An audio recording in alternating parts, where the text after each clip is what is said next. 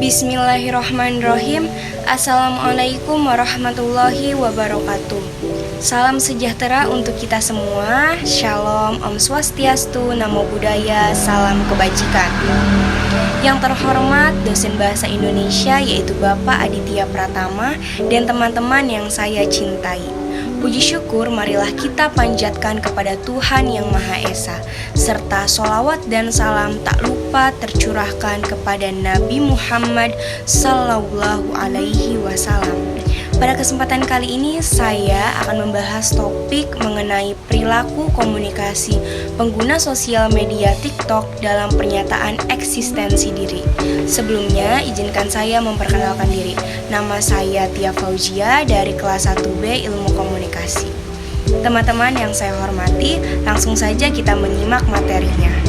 Komunikasi menjadi unsur yang penting dalam kehidupan manusia. Sebagai makhluk sosial, individu membutuhkan komunikasi antar sesama agar dapat saling membantu dan berinteraksi. Semakin berkembang, komunikasi menjadi semakin luas dan kompleks.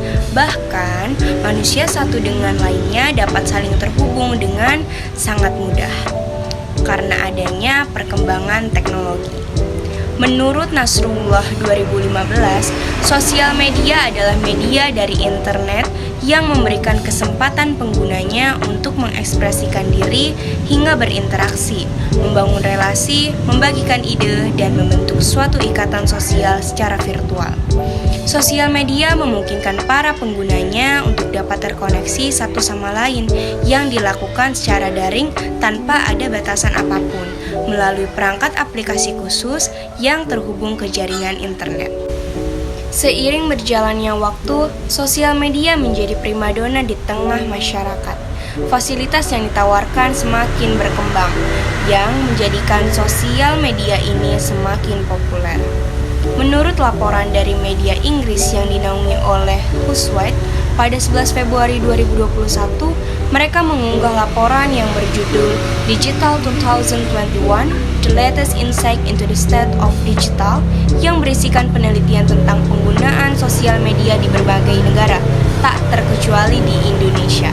Orang Indonesia rata-rata menghabiskan waktu 3 jam 14 menit untuk bermain sosial media. Hal ini menunjukkan bahwa total pengguna sosial media di Indonesia setara dengan 61,8% dari jumlah populasinya. Persentase ini juga meningkat sebesar 6,3% atau 10 juta lebih dari tahun sebelumnya. Ini adalah daftar aplikasi media sosial yang sering diakses oleh orang Indonesia, yaitu ada WhatsApp, Facebook, Instagram, Twitter, dan TikTok. Dari sini dapat disimpulkan bahwa aplikasi TikTok itu sudah berhasil masuk ke dalam daftar aplikasi yang paling sering diakses oleh masyarakat Indonesia. Meskipun aplikasi ini masih tergolong sosial media baru, aplikasi yang berasal dari negara Cina ini juga dikenal sebagai Douyin.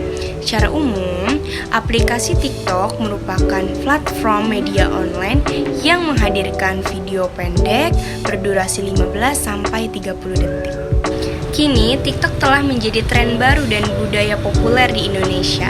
Hal tersebut didukung dengan berbagai macam fitur yang terdapat pada aplikasi ini, seperti background, efek, rekam suara, rekam video, editing, duet, dan lain sebagainya. Tak hanya itu, aplikasi ini juga memiliki watermark di setiap tampilan videonya, yang menjadi ciri khas yang membedakan aplikasi TikTok dengan aplikasi lainnya. Budaya populer adalah budaya yang digemari oleh banyak orang dan tidak terikat pada strata sosial tertentu. Di Indonesia sendiri, perkembangan budaya populer memiliki peran yang sangat penting bagi kaum milenial. Karena kaum milenial begitu tertarik dan fokus pada teknologi terbarukan. Mahasiswa yang merupakan bagian dari generasi milenial tentunya memiliki peran yang sangat kompleks. Menggunakan jejaring sosial TikTok kini sudah menjadi kebiasaan mahasiswa.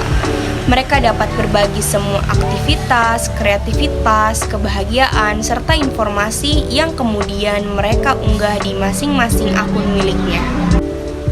Hal ini membuat mahasiswa pengguna aplikasi ini berlomba-lomba untuk membangun eksistensi dirinya di tengah masyarakat.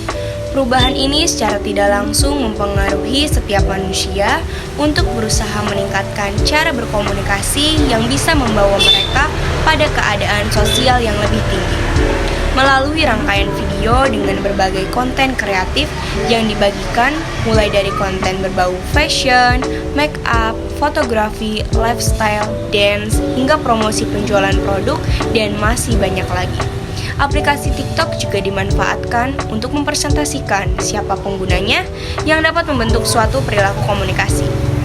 Kehadiran aplikasi TikTok tepat di tengah-tengah kehidupan mahasiswa, khususnya mahasiswa ilmu komunikasi angkatan 2017 Universitas Muhammadiyah Malang, diharapkan dapat memberikan dampak positif, menjadi sarana informasi dan komunikasi, membangun interaksi dengan sesama pengguna, hingga menjadi ladang penghasilan, memperluas skill, dan lebih dari itu. Eksistensi diri adalah cara seorang individu untuk menemukan dan memahami makna hidup bagi dirinya sendiri, yang dianggap sebagai bentuk nilai psikis yang paling penting tentang arti dan tujuan hidup seseorang. Oleh karena itu, setiap orang harus menemukan jati dirinya. Eksistensi diri terdapat pada setiap individu tanpa mengenal batasan umur, gender, status pendidikan, status sosial lainnya. Menurut Abidin 2002, eksistensi tidak bersikap kaku, melainkan lentur dan mengalami perkembangan tergantung pada kemampuan individu untuk menunjukkan potensinya. Oleh karena itu, keberadaan sering dijadikan standar sebagai cara untuk membuktikan kepada diri sendiri bahwa hal-hal yang dilakukan dapat bermanfaat dan mendapat nilai tinggi di mata orang lain. Begitu pula dengan perasaan mahasiswa yang menggunakan aplikasi TikTok. Sengaja atau tidak sengaja, mereka akan membentuk konsep diri sesuai dengan keinginan mereka untuk membangun eksistensi diri tersebut. Dalam masyarakat, eksistensi diri dinilai sangat penting dan berpengaruh signifikan dalam kehidupan sehari-hari. Banyak yang ingin menunjukkan keberadaan mereka dalam meningkatkan strata sosial, ada juga yang hanya ingin menunjukkan bahwa mereka masih ada dan tidak ingin dilupakan dalam kehidupan bermasyarakat, yang disampaikan melalui konten yang diupload di dalam akun TikTok milik masing-masing. Demikian materi yang dapat saya sampaikan, semoga bermanfaat bagi kita semua. Jika ada kekurangan dalam penyampaian, saya ucapkan maaf. Terima kasih. Wassalamualaikum warahmatullahi wabarakatuh.